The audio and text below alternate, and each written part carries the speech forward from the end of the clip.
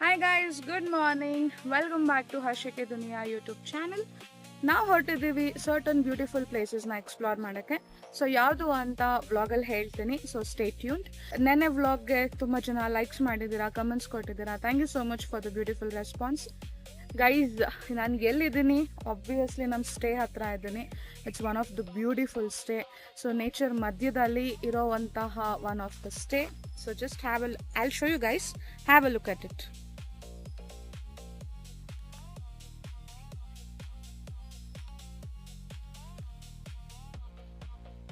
ಹೇಗಿದೆ? ಮಸ್ತಾಗಿದೆ ಅಲ್ಲ? So without wasting our time, let start our day. ನಮ್ಮ ರಥ ರೆಡಿ ಇದೆ ಫ್ರೆಂಡ್ಸ್, ಹೋಗೋಣ. ರಥದ ಓನರ್ ಕಾಣಿಸ್ತಾ ಇಲ್ಲ ನೋಡಿ, ರಥದ ಓನರ್ ಇನ್ನೂ ಬಂದಿಲ್ಲ, ಟೈಮ್ ಸೆನ್ಸೇ ಇಲ್ಲ. ಹಾಗೆ ನಾವು let's take a walk. This is the entry of our stay.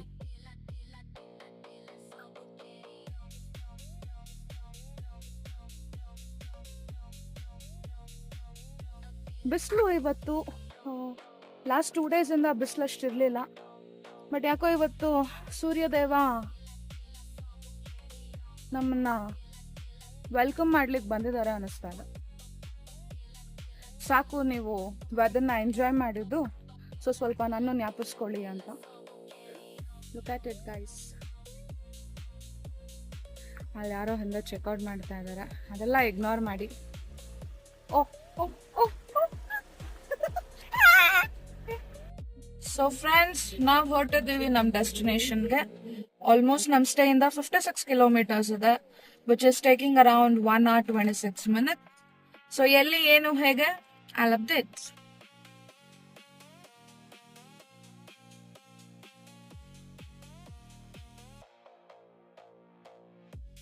Last 2 days ನಾವು ಏನು ಪ್ಲೇಸಸ್ ಎಕ್ಸ್ಪ್ಲೋರ್ ಮಾಡಿದ್ವೋ, it was very foggy and rainy climate. But ಇವತ್ತು it is very bright day. So it is a sunny Wednesday. Weather ಹೀಗೆ ಇದ್ದರೆ ನಮ್ಮ ಅದೃಷ್ಟ, ಯಾಕಂದರೆ peak ಪಾಯಿಂಟಲ್ಲಿ view ತುಂಬ ಚೆನ್ನಾಗಿ ಕಾಣಿಸುತ್ತೆ. ಮಳೆ ಬಂದರೆ ಆಬ್ವಿಯಸ್ಲಿ ಫಾಗ್ ಕವರ್ ಆಗುತ್ತೆ. So let's wait and watch how the day goes. ನಾವು ಹೊರಟಿದ್ದೀವಿ ಕೆಮ್ಮಣ್ಣುಗುಂಡಿನ ಎಕ್ಸ್ಪ್ಲೋರ್ ಮಾಡೋದಕ್ಕೆ. Also other places on the way. ಹೋಗೋ ದಾರಿಲಿ ಹಸುವಿನ ಬಳಗನೇ ಕಾಣಿಸ್ತು. ಎಷ್ಟು ಚಂದ ಅಲ್ಲ?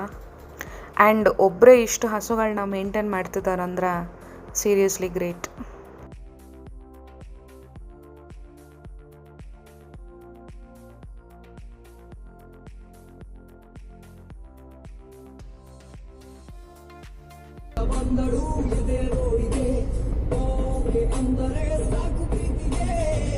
ಕಲತಗಿರಿ ಫಾಲ್ಸ್ ರೀಚ್ ಆದ್ವಿ.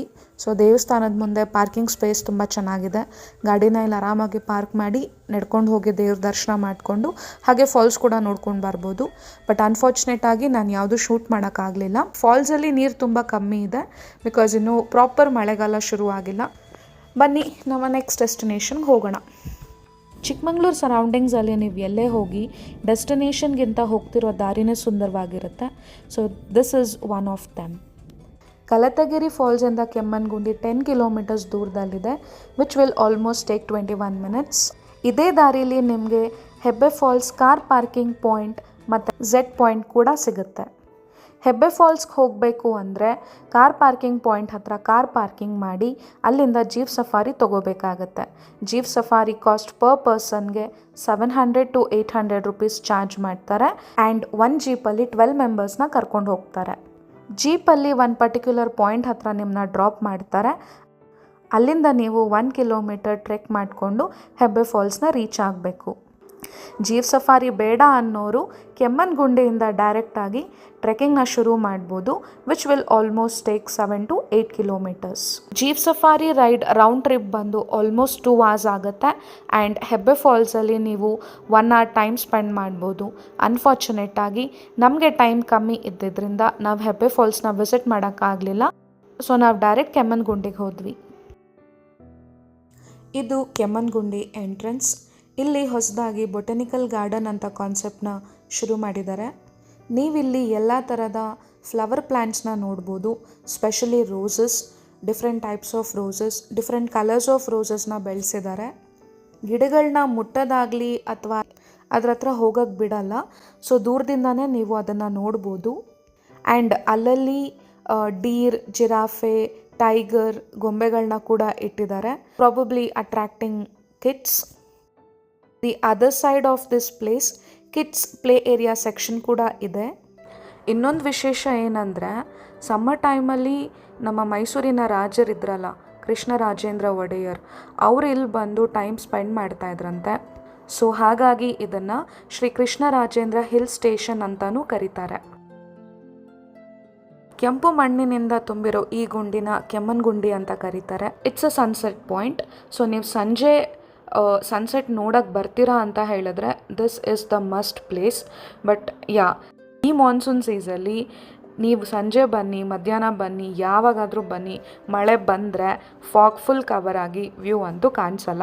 ಸೊ ಹಾಗಾಗಿ ನಾವು ಸ್ವಲ್ಪ ಅಂದರೆ ಇನ್ನೂ ಮಳೆ ಶುರು ಆಗಿರಲಿಲ್ಲ, ಶುರು ಆಗೋ ಥರ ಇತ್ತು.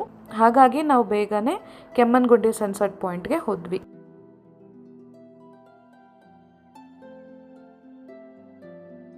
This is the point where you can see the stunning view and also take beautiful pictures.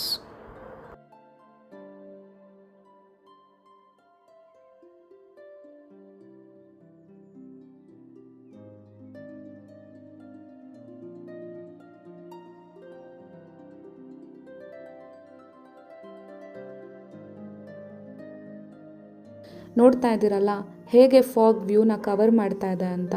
So ಇನ್ನು ಸ್ವಲ್ಪ ಹೊತ್ತಲ್ಲೇ ಮಳೆ ಶುರು ಆಗುತ್ತೆ. Let's escape. ಜೋರು ಮಳೆ ಶುರು ಆಯಿತು. ಮಳೆ ನಿಂತ ಮೇಲೆ ನಾವು ಒಂದು ಕ್ರೇಜಿಯೆಸ್ಟ್ ಅಡ್ವೆಂಚರ್ನ ಮಾಡಿದ್ದೀವಿ. ಏನು ಅಂತ ನೋಡಿ. ಮಳೆ ಸ್ಟಾರ್ಟ್ ಆಗಿದೆ. ಸೊ ಲೀಚಸ್ ಕಾಟ ಶುರುವಾಗುತ್ತೆ. ಲೈಫಲ್ಲಿ ಒಂದ್ಸಲನೂ ಕಚ್ಚಿಸ್ಕೊಂಡಿಲ್ಲ. ಇವತ್ತು ಡೊನೇಷನ್ ಫ್ರೀಯಾಗಿ ಕೊಡಬೇಕಾಗುತ್ತೆ ನೋಡಿ, ಡೊನೇಷನ್ ಕೊಡಬೇಕಂತ. ಏನು ಮಾಡೋಣ ಫ್ರೆಂಡ್ಸ್, ಏನು ಮಾಡೋಣ? ಪಾತ್ ತೋರಿಸ್ಲಾ? Catch it. ನೇಚರ್ ಮಧ್ಯ ಮಳೆ ಬರ್ತಾ ಇದೆ, ನಡ್ಕೊಂಡು ಹೋಗ್ತಿರೋದೇ ಸ್ವರ್ಗ.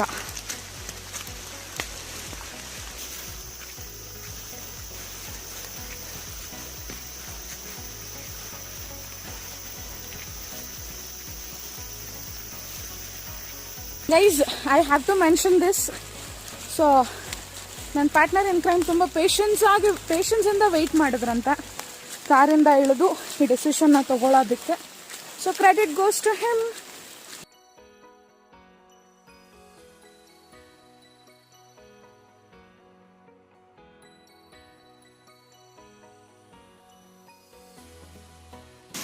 ಮಳೆ ಮತ್ತೆ ಶುರು ಆಯಿತು. ಶಟ್, ನಮಗೆ ಈಚಿ ಕಚ್ಚಿದೆ. ನಮಗೂ ಒಂದ್ಸಲ check ಮಾಡ್ಕೊಂಬಿಡೋಣ.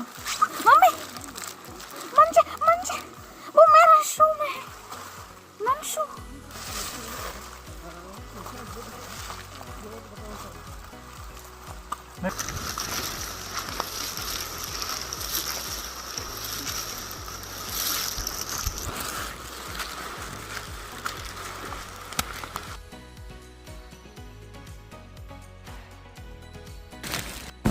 So friends, half an hour age 2 kilometers ಆಗಿದೆ.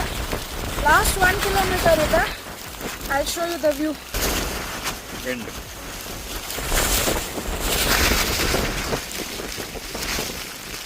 Look at it.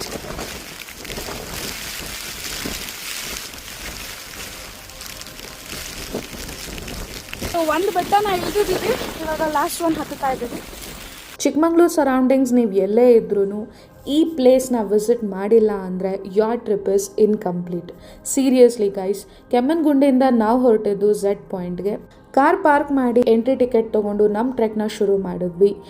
It's a 3 kilometers trek and 1.5 kilometer ಆದಮೇಲೆ ನಿಮಗೆ ಶಾಂತಿ ಫಾಲ್ಸ್ ಸಿಗುತ್ತೆ. ಅಲ್ಲಿಂದ ಮತ್ತೆ 1.5 kilometer ಟ್ರೆಕ್ ಮಾಡಿದ್ರೆ ವ್ಯೂ ಪಾಯಿಂಟ್ ಸಿಗುತ್ತೆ. ನನಗಂತೂ ಸಿಕ್ಕಾಪಟ್ಟೆ ಖುಷಿ ಆಯಿತು, ಯಾಕಂದರೆ ಲೈಫಲ್ಲಿ ಇದು ನನ್ನ ಫಸ್ಟ್ ಎಕ್ಸ್ಪೀರಿಯನ್ಸ್. ಕಾಡಿನ ಮಧ್ಯೆ ನಡ್ಕೊಂಡು ಹೋಗ್ತಿರೋದು, ಮಳೆ ಬರ್ತಿರೋದು, wow, the feel is amazing. It's a moderate trek. ಎಲ್ಲ ವಯಸ್ಸಿನವರು ಈ ಟ್ರೆಕ್ನ ಈಸಿಯಾಗಿ ಕಂಪ್ಲೀಟ್ ಮಾಡ್ಬೋದು. ಬೆಟ್ಟದ ತುದಿಲಿ ಸಣ್ಣ ದಾರಿಲಿ ಟ್ರೆಕ್ ಮಾಡ್ಕೊಂಡು ಹೋಗಬೇಕು, ಸೊ ಹುಷಾರಾಗಿರಿ. ಕೆಳಗಡೆ ಮಿಸ್ ಆಗಿ ನೋಡಿದ್ರೂ ದೊಡ್ಡ ಪ್ರಪಾತ ಕಾಣಿಸುತ್ತೆ. ವ್ಯೂ ಪಾಯಿಂಟ್ ರೀಚ್ ಆದಮೇಲಂತೂ ಸಿಕ್ಕಾಪಟ್ಟೆ ಗಾಳಿ ಇತ್ತು. ಕ್ಲಿಪ್ ನೋಡಿ ಗೊತ್ತಾಗತ್ತೆ.